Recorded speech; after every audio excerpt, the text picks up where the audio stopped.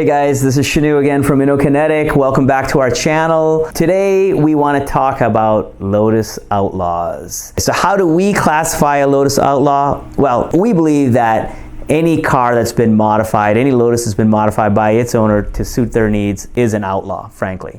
But people ask us, well, how can you quantify that? So we came up with a checklist. You can use that. You can find it on our website. You can see we give 1 point for every modification. But in the interest of trying to quantify what is an outlaw, we came up with something that we think is pretty straightforward.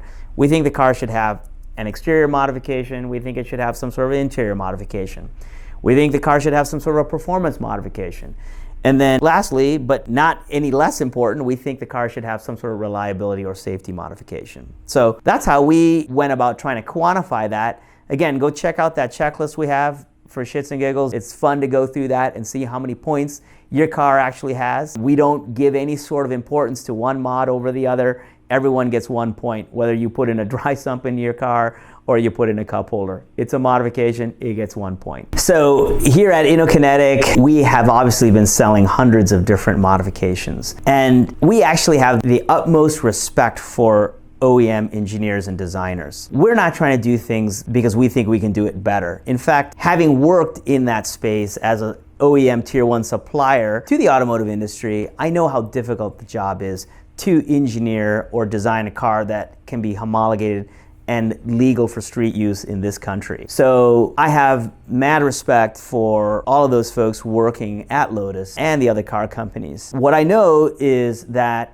customers still want to make things a bit more personalized or individualized. And so to that end, we try to deliver parts, and we believe Outlaws really have that view. They're not doing this because they believe OEM engineers aren't doing their job. No, they're doing it because they want to make that car their own. So Lotus Outlaws have been around for a long time. Much like the Porsche Outlaws, the Outlaw community are people that just want to make the car their own. And they're not thumbing their nose at the purists. That's not the intention here. It's simply to personalize the car so that every time you look at it, it puts a smile on your face. That's my view on Outlaws. I don't think it's really being irreverent. I don't think it's really being a rebel.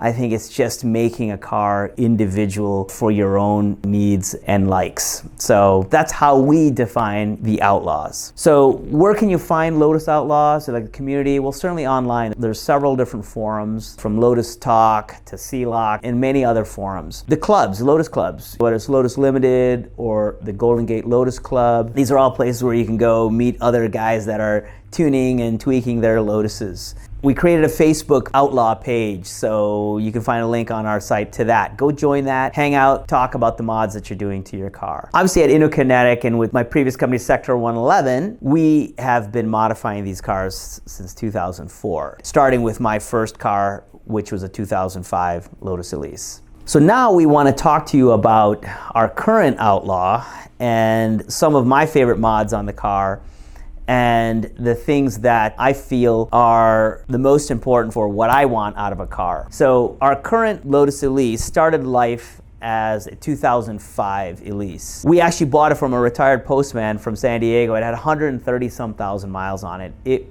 lived most of his life outdoors. So the paint was worn out. The clear bra was shot. The headlights were yellowed. The wheels were scrubbed badly. The suspension was worn out. The interior was not in great shape. So we've gone ahead and made a bunch of changes to it. We deleted the turn signals off the car. We changed the suspension, put fresh suspension on it. In fact, we stripped the wishbones and re-nickel plated them. Added our monoballs. We've got our SCCA shocks on the car, our ultralight discs. I've got my forged Stella Corsa wheels on there. We put in a race seat, a Reverie race seat into the car, and of course I put the shifter in it. So we wanted to do just a quick walk around video of our current Outlaw. You can see the turn signals were deleted. The stock turn signals always kind of pop loose on the cars, so we deleted those. We put a champ rad in the car, so single pass all aluminum radiator, did the resistor pack update, of course, put a pro alloy AC condenser in there as well, because you gotta stay cool, right? So Stella Corsa wheels, that's our forged wheel. We designed those only for the Lotuses. Ultra disc brake rotors, save 10 pounds of unsprung weight. And then, like I'd mentioned, we'll put the G-Lock R10s in there. I like a more aggressive brake pad. On the rear of the car, got a big old Lotus sticker on there. It's reflective, so actually at night it'll show.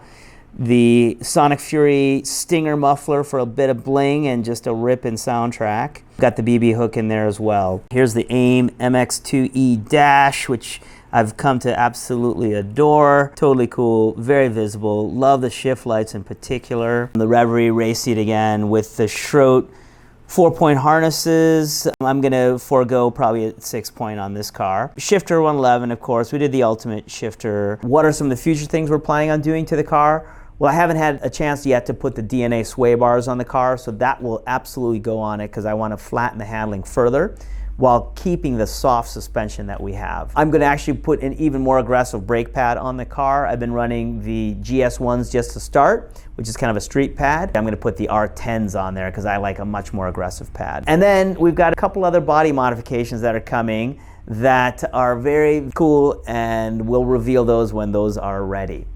So tell us your thoughts, leave your comments down below. Thanks for watching the video, and we'll see you on the next one. Thanks.